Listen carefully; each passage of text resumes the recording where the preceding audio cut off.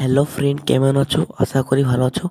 আজকের ভিডিওতে আমি তোমাদের একটা খরগোশ এঁকে দেখাবো 22 নম্বর দিয়ে।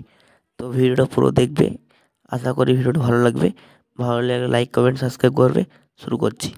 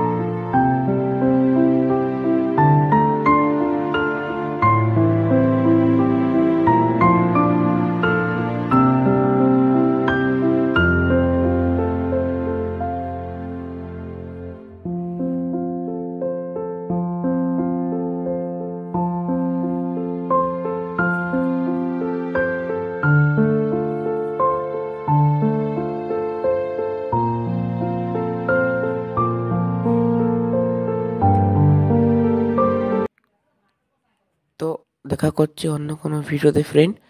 তো ভিডিওটা ভালো লাগলে লাইক কমেন্ট সাবস্ক্রাইব করে দেবে।